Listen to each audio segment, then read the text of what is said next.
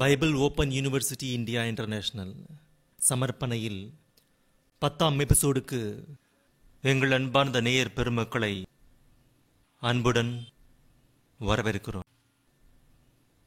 ஒவ்வொரு வாரமும் ஒளிபரப்பாகும் எபிசோட்ஸை குறித்து நாடு தழுவிய 8 திசையிலிருந்தும் லட்சக்கணக்கானவர்களின் போன் கால்ஸ், கடிதங்கள், மெயில்ஸ் இவைகள் அனைத்திற்காக உள்ளம் பூரிப்படைந்தது என்று தெரிவிப்பதற்கு பெருமகிழ்ச்சி அடைகிறோம். இளைஞர்களை ஈர்க்கின்ற இந்த உயர்ந்த காரியங்கள் சமுதாயத்தை இயேசுவின் மேன்மை எவ்வளவோ அவ்வளவு தூரம் நடத்தவே நாங்கள் எடுத்த இந்த முயற்சி அநேக தியாக உள்ளங்களின் உதவி என்று தெரிவிப்பதற்கு மகிழ்ச்சி அடைகிறோம். பிரியமானவர்களே, ஒரு முக்கியமான விஷயத்தை உங்கள் முன் வைக்க நினைக்கிறேன். பைபிளை திருடிய மிலேனிய மகான்கள் என்று இவர்கள் அனைவரையும் பின் தொடர்ந்து வேட்டையாடி உங்கள் முன் நிறுத்துவதில் பைபிளில் அநேகருக்கு இந்த வசனம் தெரியாமல் தவறாக புரிந்து கொண்டனர். படிக்கிறேன் பாருங்கள். கொரிந்தியருக்கு எழுதின 2ஆம் நிருபம் 10ஆம் அதிகாரம் 3ஆம் வசனத்திலிருந்து, நாங்கள் மாம்சத்தில் நடக்கிறவர்களாயிருந்தும் மாம்சத்தின்படி போர் செய்கிறவர்கள் அல்ல. எங்களுடைய போராயுதங்கள் மாம்சத்திற்கேற்றவைகளாயிராமல் அரண்களை நிர்மூலமாக்குகிறதற்கு தேவ பலம் உள்ளவைகளாயிருக்கிறது. அவை என்னன்னு நினைக்கிறீங்களா? 5ஆம் வசனம், அவைகளால் நாங்கள் தர்க்கங்களையும் தேவனை அறிகிற அறிவுக்கு விரோதமாய் எழும்புகிற எல்லா மேட்டுமையையும் நிர்மூலமாக்கி எந்த எண்ணத்தையும் கிறிஸ்துவுக்கு கீழ்ப்படிய சிறைப்படுத்துகிறவளாயிருக்கிறோம். உங்கள் கீழ்ப்படுதல் நிறைவேறும் போது எல்லா கீழ்ப்படியாமைக்கும் தக்க நீதியுள்ள தண்டனையை செலுத்த ஆயத்தமாயும் இருக்கிறோம் என்றார் பைபிளில். பிறகு இத்தனை பெரிய சாகசத்தை எதற்கு செய்கிறார் என்று நீங்கள் யோசிக்க வேண்டும். 66 புத்தகங்களில் எங்கு எவ்வளவு மகா ஞானம் புதைந்துள்ளது என்று தெரிய வேண்டும் என்றால், ஏதோ IAS, IPS, MBBS, MTech, BTech படிப்பது போல படித்தால் பைபிள் புரியாது. தவம் இருக்க வேண்டும் பைபிளின் மீது. ஏதோ வாய்க்கு வந்தபடி பேசுவதல்ல. விஞ்ஞானிகளில் அநேக கிறிஸ்தவ குடும்பங்களாய் இருந்து பைபிளை படித்து சபைகளுக்கு சென்று பிரசங்கங்களை கேட்டு இயேசுவை வெளிப்படுத்தாமல், அவர் சொன்ன வார்த்தைகள் தேவனுடைய வார்த்தைகளை வெளிப்படுத்தாமல் அவர்களுடைய பெருமையை முன்வைத்தால் அவர்களை திருடர்கள் என்று சொல்லாமல் வேறு எப்படி சொல்ல வேண்டும்? என்னங்க, சமுதாயத்தில் அல்லது பைபிளை தவறு என்றவர்களை, பைபிளை புரிந்து கொள்ளாதவர்களை எதற்கு சேலஞ்ச் செய்கிறேன் என்று நினைக்கிறீர்களா? அவர்களுக்கு ரோஷத்தை எழுப்பதாங்க. இந்தியாவில் இருக்கும் நான் பாரத கிறிஸ்தவனாக உலகத்தில் உள்ள எனி கண்ட்ரி எந்த நாட்டில் இருந்தாலும் கிறிஸ்தவ பண்டிதன் ஆனாலும் சவால் செய்ய முடிகிறது என்றால் அவர்களுக்குள் ரோஷத்தை எழுப்ப வேண்டும். கோலியத் என்னென்ன பேச்சு பேசினாங்க? தேவனை இஸ்ரவேலை சொல்லுங்க. தூண்டிவிடலையா? தூண்டி விட்டாங்க. பிறகு இன்று கிறிஸ்தவத்தை தூண்டி விடலையா?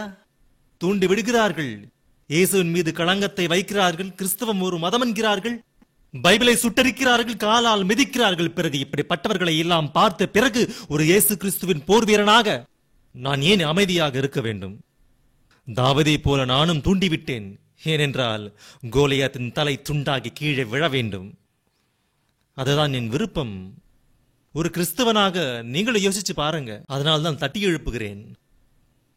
இனி இந்த எபிசோட்ஸில் இன்னும் சில விஞ்ஞானிகளை, இந்த மிலேனியம் திருடர்களை உங்கள் முன் வைக்கிறேன். இவர்களை குறித்து நீங்கள் சிந்திக்க வேண்டும். கலீலியோ கலிலி குறித்து உங்களுக்கு தெரிந்தே இருக்கும். கிறிஸ்துக்கு பின் 1610 கிறிஸ்துக்கு பின் 1610 காலங்களை மறக்காம நினைவில் வச்சுக்கோங்க. சந்திரன் சுயமாக ஒளிரும் தன்மை இல்லாதது, சூரிய ஒளி பட்டாலே ஒளிய பிரகாசிக்காது என்று உலகத்திற்கு முதலாக சொன்ன இந்த இட்டாலியன் சயின்டிஸ்ட் தான் கலீலியோ கலிலி. கிறிஸ்துக்கு பின் 1610 தானே இந்த வார்த்தையை சொன்னார், சந்திரனுக்கு சுயமாக ஒளிரும் தன்மை இல்லை என்று. பிறகு பைபிள் எப்போது சொன்னதோ உங்களுக்கு தெரியுமா? நான் எப்போதும் இந்த விஷயங்களை உங்களுக்கு சொல்லுகிறேன். கிறிஸ்துக்கு முன் கலீலியோ கலிலி, கிறிஸ்துக்கு பின் 1610 வருடம்.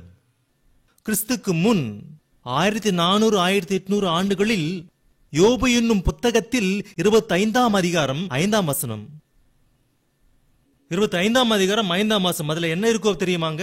சந்திரனை அண்ணாந்து பாரும் அதுவும் பிரகாசியாமல் இருக்கிறது.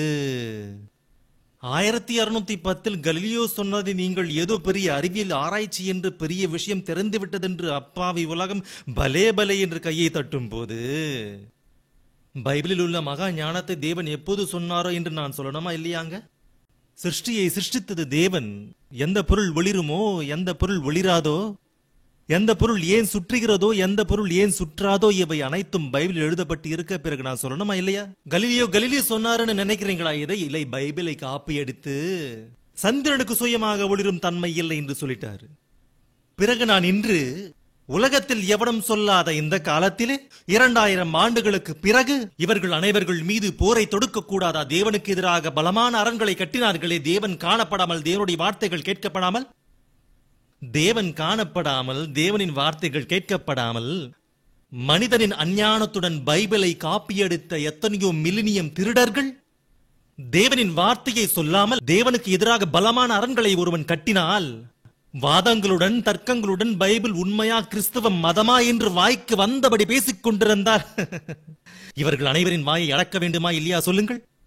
வாயை அடக்க வேண்டும் என்று பைபிளில் பவுல் எழுதினாருங்க. அடக்கலன்னா எப்படி? நீங்களும் அடக்காமல் நானும் அடக்காமல் பைபிளை கிழித்து வாய்க்கு வந்தபடி பேசுகின்ற ஒவ்வொரு வாயையும் அடக்குவதற்கு உங்களால் கூடாது. எனவே நான் நிற்க முடிந்தது. நீங்க எல்லாரும் நின்று இருந்தா ஹாயா நான் ஓய்வு எடுத்திருப்பேன் இல்லையா? எனக்கு எதுக்கு இத்தனை திண்டாட்டம் சொல்லுங்க? என்னங்க?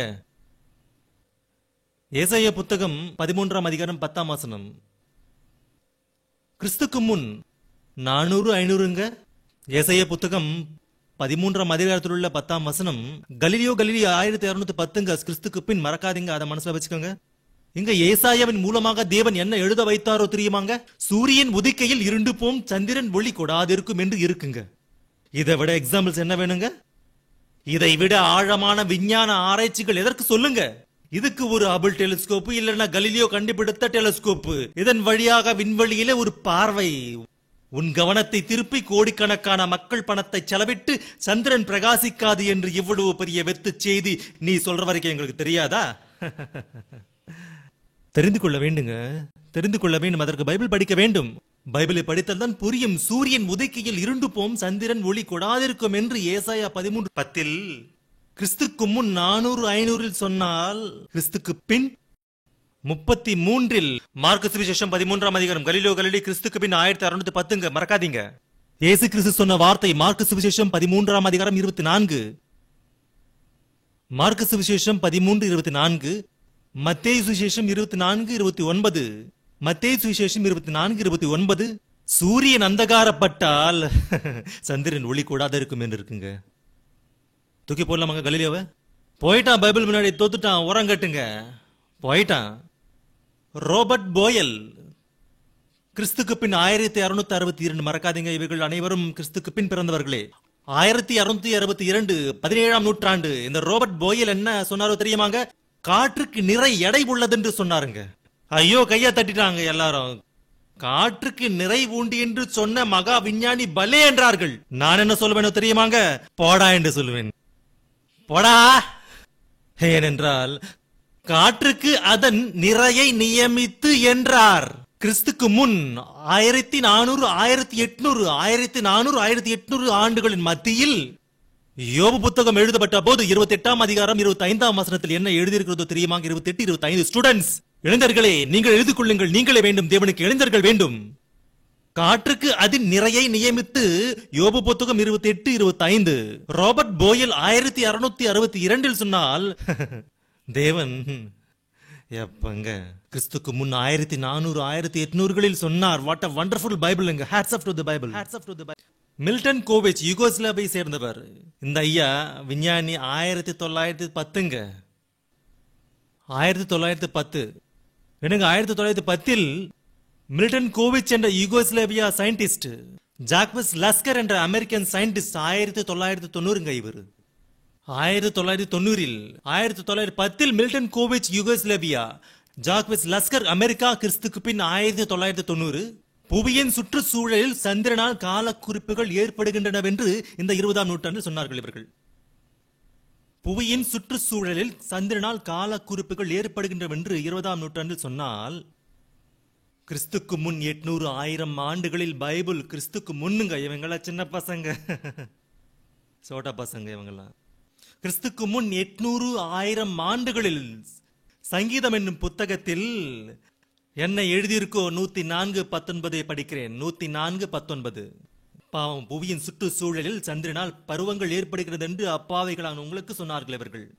ஆனால் பைபிள் என்று சொன்னது 104 சங்கீத புத்தகம் 19ஆம் வசனத்தில், கிறிஸ்துக்கு முன் 800 1000 ஆண்டுகளில் சந்திரனை கால குறிப்புகளுக்காக படைத்தார். அப்பா, ஒண்டர்ஃபுல்லுங்க. சந்திரனை கால குறிப்புகளுக்காக படைத்தார். இவங்க எப்ப சொன்னாங்க? 1910 ஒருவன் சொன்னால், 1990 மற்றொருவன் சொன்னால், கிறிஸ்துக்கு முன் 800 1000 ஆண்டுகளில் பைபிள் சொன்னது. என்னங்க, இவங்க அனைவரும் திருடர்கள் இல்லையா? சொல்லுங்க. இத்தனை ஆதாரங்களுடன் நான் நிரூபிக்கும் போது, இத்தனை சான்றுகளுடன் எழுதப்பட்ட பைபிளில் உள்ள உண்மைகளை அழுத்தம் திருத்தமாக உயிருள்ள சாட்சிகளாக உங்கள் முன் வைத்தால், சரிதான், என்னை மெச்சிக்கொள்கிறீர்கள். Thank you very much. God bless you. என்னை மெச்சிக்கொள்வதல்லங்க, இந்த வார்த்தைகளுக்கு நீங்கள் ஜீவனை ஊற்ற வேண்டும். சமுதாயத்தில் அலங்கோலமாகின்ற மனித தேவன் ஞானத்தை தடுக்கும் மனித ஞானத்தை மிதித்து நசுக்க வேண்டும். நீங்கள் அனைவரும் ஒன்றுபட்டு பி.டி. சுந்தர்ராவ் ஒருவர் மட்டுமல்ல, நீங்கள் அனைவரும் பி.டி. சுந்தர்ராவ் ஆக வேண்டும். அப்போதுதான் தேவனுக்கு மேன்மை. தேவன் காணப்படாமல், தேவனின் வார்த்தைகள் கேட்கப்படாமல் சமுதாயத்தை சுற்றிலும் அரண்களை கட்டினார்கள். அவர் காணப்படாமல், அவருடைய வார்த்தைகள் கேட்கப்படாமல். முதலில் படித்தோமே, நாங்கள் மாம்சத்தில் நடக்கிறவர்களாய் இருந்தும் மாம்சத்தின்படி வெடிகுண்டுகளை பயன்படுத்த மாட்டோம், ஹைட்ரஜன் பாம்புகளை பயன்படுத்த மாட்டோம், மரணாயுதங்களை பயன்படுத்த மாட்டோம், தீவிரவாதிகளை போல துப்பாக்கிகள் AK-47 பயன்படுத்த மாட்டோம். தேவனின் மகா ஞானம் என்னும் சிறந்த வாளை, தேவனின் வார்த்தைகளை இந்த உலகத்தின் மீது இந்த இருபுறமும் கருக்குள்ள பட்டயத்தை கையில் ஏந்தி யுத்தம் செய்கிறோம், யாரையாவது கொல்வதற்கு அல்ல. தேவனின் மேன்மையை மனிதர்களின் உள்ளங்களில் பெற்ற தகப்பனின் உள்ள குமுறல் என்னவோ, பெற்ற தகப்பனின் உள்ளத்தில் உள்ள ஏக்கம் சொல்ல வேண்டாமா? படைத்தவர் ஒருவரானால் கை வைத்தவர்கள் இவர்கள். படைத்த தேவன் கை வைத்த விஞ்ஞானிகள். பிறகு இவர்கள் அனைவரையும் என்ன செய்ய வேண்டும் சொல்லுங்கள்? புவியியல் விஞ்ஞானிகள் அடுத்துங்க. இனி ஒருத்தர் பேரை எங்க சொல்றது சொல்லுங்க? கொத்து கொத்தா இருக்காங்க இவங்கெல்லாம். இந்த முட்டா எல்லாருடைய பேரும் நான் சொல்லணும்னா எனக்கு கொடுத்தது எவ்வளவுங்க இந்த எபிசோட்ல? 1/2 hour 27 minutes. இதுல ப்ரோக்ராம்ல எனக்கு கொடுத்தது 25 நிமிஷம். எவ்வளவு கொஞ்சமோ தெரியுமாங்க? ஸ்டார்டிங் பிரேயர் கிடையாது, எண்டிங் பிரேயர் கிடையாது, ஒரு சாட்சி கிடையாது, ஒரு பாட்டு கிடையாது. என்னங்க இந்த பேச்செல்லாம்? புத்தி இல்லாத ஒவ்வொருவரும் இல்லாத பொல்லாததை எல்லாம் சொல்லிக் கொடுப்பார்கள். அவைகளை கண்டுகொள்ளாதீர்கள். பேசுவதற்கு நேரம் கிடையாது, தேவனின் மகா ஞானத்தை அறிவிப்பதற்கு நேரம் இல்லை என்று நான் கவலையா இருக்கும் போது, பிரேயர்ல இன்னொருத்தன், சாட்சியில் இன்னொருத்தன், உங்களுக்காக ஜெபிப்பதற்கு நம்பர்ஸ் கொடுக்கலையேன்னு இன்னொருத்தன். நாங்க இதெல்லாம் இது மாதிரி நிறைய இருக்கு மார்க்கெட்ல. சில்லறையா இப்பெல்லாம் சேனல்ஸ் நல்லா நிரம்பி வழியுது. பிச்சை எடுக்கிறவங்க நிறைய பேர் ஆயிட்டாங்க. வெளிநாட்டுல இருந்து பணத்தை பிச்சை எடுக்கிறாங்க. அதுவும் பத்தாது, உங்ககிட்ட இருந்து பணத்தை கேட்கறாங்க. என்னங்க, உங்களை ஏதாவது பணத்தை கேட்கறோம்னா வேண்டாங்க, வேண்டாம் வேண்டாம் வேண்டாம் வேண்டாம். நீங்கள் தேவனின் வேலை செய்ய வேண்டும் என்று உங்களுக்கு மனசு இருக்க வேண்டுமே தவிர, நாங்கள் கேட்டு நீங்கள் கொடுத்தல் அது எப்படி பெரிய விஷயங்க? தேவனின் வேலை செய்ய வேண்டும் என்று நீங்கள் முன் வர வேண்டும். எங்களுக்கு பணத்தை கொடுங்கள் என்று நாங்கள் ஏன் கேட்க வேண்டும்? என்னங்க, இந்த ப்ரோக்ராமுக்கு பணத்தை கொடுத்து வழி நடத்தினார்களா அவங்க தாங்க பெரியவங்க. ஹேட்ஸ் ஆஃப் அவங்களுக்கு அவங்களுக்கு அவங்களுக்கு அவங்களுக்கு. இனி புவியியல் விஞ்ஞானிகள் 1978 ரீசன்ட் தானங்க, இது 2007. 1978 அவர்கள் என்ன சொல்றார்களோ தெரியுமாங்க? பூமியின் உட்பகுதிக்குள் செல்ல செல்ல பாறைகள் உருகும் வெப்பநிலை இருப்பதாக தெரிவித்தார்கள். பூமியின் உட்பகுதிக்குள் பூமியின் ஆழத்திற்கு சென்றால் பாறைகளும் உருகும் அளவிற்கு பயங்கரமான வெப்பநிலை, வெப்பம். அங்கிருந்து தானாங்க பூகம்பம், எரிமலைகள் வெடித்து லாவா வெளியே வருவதையெல்லாம் நீங்கள் பார்க்கிறீர்கள். உட்பகுதிக்குள் பாறைகளும் உருகிவிடும் அளவிற்கு அத்தனை கடுமையான வெப்பம் பூமியின் உட்பகுதிக்குள் இருக்கிறது என்று 1978 புவியியல் விஞ்ஞானிகள் சொன்னால், பைபிள் எப்போது சொன்னது என்று கேட்பீர்களா? கிறிஸ்துக்கு முன் 1400 1800 ஆண்டுகளிலேயே யோபு என்னும் புத்தகத்தில் 28ஆம் அதிகாரத்தில் 5ஆம் வசனம், பூமியின் கீழிடங்களில் இருக்கிறவைகளோ அக்னியால் மாறினது போல் இருக்கும். பூமியின் கீழிடங்களில் இருக்கிறவைகளோ அக்னியால் மாறினது போல் இருக்கும். கடலுக்கு அடியில் எரிமலையின் இறக்கத்தில் அக்னி கந்தக ஊற்றில் சரீர உருவாக்கத்தின் முக்கிய பங்கை வகித்த புரோட்டீன்கள் இருக்கும் பொருட்கள் அனைத்தும் உள்ளது என்று இன்றைய விஞ்ஞானிகள் தெரிந்து கொண்டார்கள். கிறிஸ்துக்கு பின் 2000. திரும்ப சொல்கிறேன், என்ன தெரிந்து கொண்டார்களோ இவர்கள்? கடலுக்கு அடியில் எரிமலையின் இறக்கத்தில் அக்னி கந்தக ஊற்றுகள் சரீர உருவாக்கத்தில் முக்கிய பங்கை வகிக்கும் புரோட்டீன்கள் இருக்கும் பொருட்கள் அனைத்தும் உள்ளது என்று இன்றைய விஞ்ஞானிகள் கூறுகின்றார்கள் 2000. பைபிள் எப்போது சொன்னது என்பீர்களா? 139 சங்கீதம் 15ஆம் வசனம். 139 சங்கீதம் 15ஆம் வசனம். கிறிஸ்துக்கு முன் 800 1000 ஆண்டுகளின் ஞாபகத்தில் வைத்துக் கொள்ளுங்கள். படிக்கிறேன் பைபிளை. நான் ஒளிப்பிடத்திலே உண்டாக்கப்பட்டு பூமியின் தாழ்விடங்களிலே விசித்திர வினோதமாய் உருவாக்கப்பட்ட மனித தேகம். இப்பொழுது தெரிந்து கொண்டார்கள், மனித தேகத்திற்கு தேவையான அனைத்தும் உள்ளன புவியின் உட்பகுதியில் என்று. ஆனால் தேவன் மனித தேகத்தை செய்ததே அதை கொண்டுதான். அங்க முந்தைய எபிசோடு சொன்ன இல்லையா, உள்ளே இருந்து அது பூமியின் மையத்தில் உள்ளதென்று 139 சங்கீதம் 15ஆம் வசனத்தில் உள்ளது. இன்னொரு வார்த்தையை சொல்கிறேன், நீங்கள் ஆச்சரியப்படும் வார்த்தை. இன்று உலகளாவிய சந்தையில் மிகவும் பிரதானமான பொருளாக உலக நாடுகளின் பொருளாதார நிலைமையை ஆட்டி படைக்கும் விலைமிக்க போக்குவரத்தின் சம்பத்தாக நிலவும் பெட்ரோலியம் எண்ணெய் வளம் பூமியில் எங்கே எப்படி கிடைக்குமோ என்று பைபிள் முன்னதாகவே கூறிற்று. நம்புவீர்களா? நீங்களும் தோண்ட ஆரம்பிக்காதீங்க, வேண்டாம். நீங்களும் தோண்டுவீங்களா அவங்க சொன்னாங்கன்னு? மீண்டும் மீண்டும் மீண்டும் மீண்டும் இன்றைய உலகளாவிய சந்தையில் மிகவும் பிரதானமான பொருளாக உலக நாடுகளின் பொருளாதார நிலைமையை ஆட்டி படைக்கும் விலைமிக்க போக்குவரத்தின் சம்பத்தாக நிலவும் பெட்ரோலியம் எண்ணெய் வளம் பூமியிலே எங்கே எப்படி கிடைக்குமோ பைபிள் முன்பே சொல்லியது. பார்க்கிறீர்களா? பைபிளில் பாருங்க, உபாகமம் 33ஆம் அதிகாரம் 19ஆம் வசனம்.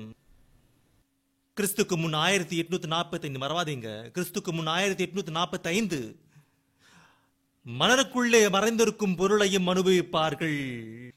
பைபிளின் வார்த்தைகள். மணலுக்குள்ளே மறைந்திருக்கும் பொருளையும் அனுபவிப்பார்கள். உபாகமம் 33:19. இனி உபாகமம் 32:13. கற்பாறையிலிருந்து வடியும் எண்ணெயையும் அவன் உண்ணும்படி செய்தார். கற்பாறையிலிருந்து வடியும் எண்ணெயும் அவன் உண்ணும்படி செய்தார். லாட்டின் மொழியில் பெட்ரோ என்றால் பாறை, போலியம் என்றால் எண்ணெய்.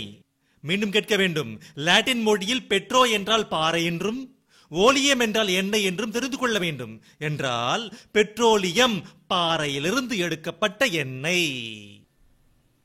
இங்கிலீஷில் ராக் ஆயில் என்பார்கள் இதனை. Rock oil. மணலுக்குள்ளே மறைந்திருக்கும் பொருளையும் அனுபவிப்பார்கள். கற்பாறையிலிருந்து வடியும் எண்ணெயையும் அவன் முன்னுபடி செய்தார். மணல் சூழ்ந்த பாலைவனம் என்று நினைத்து எதற்கும் உபயோகப்படாமல் போனாலும் அந்த பிரதேசங்கள், அந்த கல்ஃப் நாடுகளை பாருங்கள். ஆயிலோ ஆயில் எங்கே எப்படி கிடைக்குமோ அவர் சொன்னார். எதற்காக அவர் சொன்னார்? அவர் படைத்திருக்கிறார் மனித ஜாதிக்காக. இவை அனைத்தும் நமக்காக தான். இவை அனைத்தும். ஒரு English astronomer mister John cartridge இவர் சொல்கிறார் 1784, நட்சத்திரத்துக்கும் வித்தியாசம் உண்டு ஒளியில். 1784 18ஆம் நூற்றாண்டில் சொன்னாருங்க. பைபிள் எப்போது சொன்னதோ காண்பிக்க வாங்க. கொரிந்தியருக்கு எழுதின முதல் நிருபம் 15ஆம் அதிகாரம் 41ஆம் வசனம். கிறிஸ்துக்கு பின் 56. 1784 காட்ரேஜ், ஜான் காட்ரேஜ் 1784. பைபிள் 1 கொரிந்தியர் 15ஆம் அதிகாரம் 41. கிறிஸ்துக்கு பின் 56. நட்சத்திரங்கள் ஒளியிலே வித்தியாசங்கள் உண்டு. நீ சொல்லணுமையா ஜான் காட்ரேஜ்?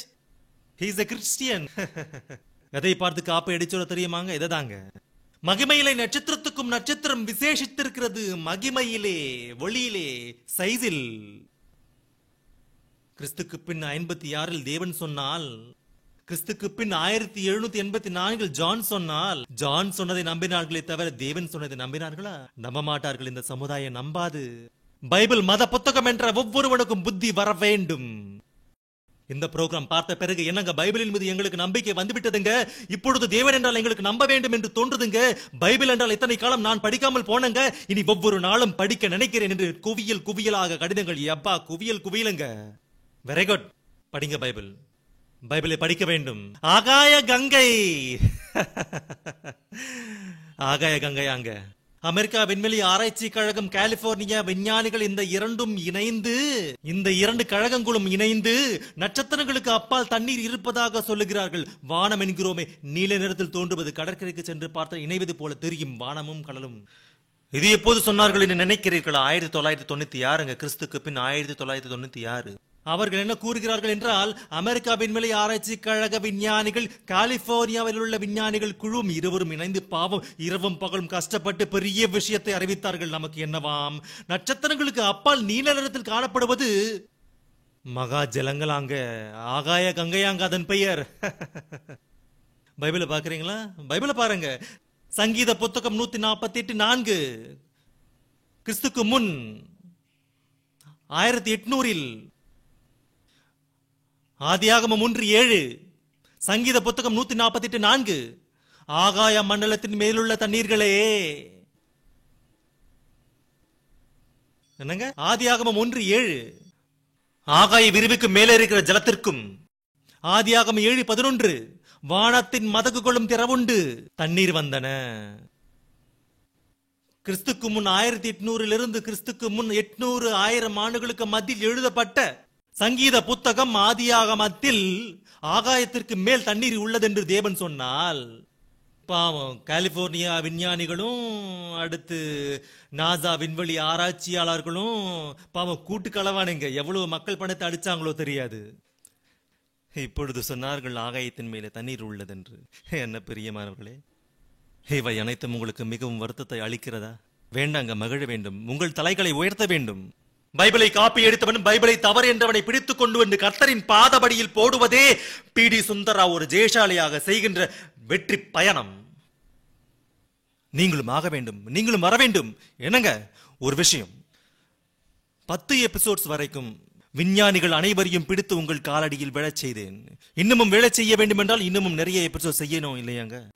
60 ஆண்டு வாழ்க்கை, 70 ஆண்டு வாழ்க்கைக்காக தேவன் உண்டாக்கிய மகா அண்டத்தில் உள்ள இயற்கையில் உள்ள அநேக ரகசியங்களை, மனிதர்களை விட முன்பு, விஞ்ஞானிகளை விட முன்பு தேவன் சொன்ன வார்த்தைகளை உங்களுக்கு படித்தேன், ஆதாரங்களுடன் காண்பித்தேன். இனி வரவிருக்கும் எபிசோட்ஸில் இருந்து இந்த 70 ஆண்டு வாழ்க்கையில் உள்ள இந்த உலகத்திற்காக தெரிந்து கொள்ளும் விஷயங்களை விட வரவிருக்கும் உலகத்திற்காக நித்தமும் உள்ள வாழ்க்கை, உங்கள் வாழ்க்கை காலம் நிரந்தரமானதல்லங்க. தேவனே உன் பெயர் என்ன என்று கேட்டால் இருக்கிறவர் என்றார். ஐ எம் லிவிங் காட் என்றார். இருப்பவரிலிருந்து வந்த, இருக்கிறவரிலிருந்து வந்த நீங்களும் கூட இருக்க வேண்டியவர்கள் தானே. உலகம் பிறப்பதற்கு முன்பு தேவனிடம் இருந்தால், உலகம் பிறந்த பிறகு உலகத்தில் 60-70 ஆண்டு காலம் இருந்தால், உலகத்தை விட்டு பிறகு மீண்டும் இருக்க வேண்டியவர்கள் தானே. முடிவு இல்லை, ஆத்மாவுக்கு அழிவு இல்லை, பவருக்கு அழிவு இல்லை. அழிவு இல்லாத அந்த மகா உலகத்திற்காக, அழிவு இல்லாத உன்னுடைய மகா வாழ்க்கைக்காக வரவிருக்கும் 4 எபிசோட்ஸில் வியப்பூட்டும் விஞ்ஞான பிரபஞ்ச மானிட மூளைக்கு எட்டாத மகா ஞானத்தை வேதாகமத்தில் இருந்து உங்களுக்கு சொல்வதற்கு ஆயத்தமாக உள்ளேன். வணக்கம், விடைபெறுகிறேன்.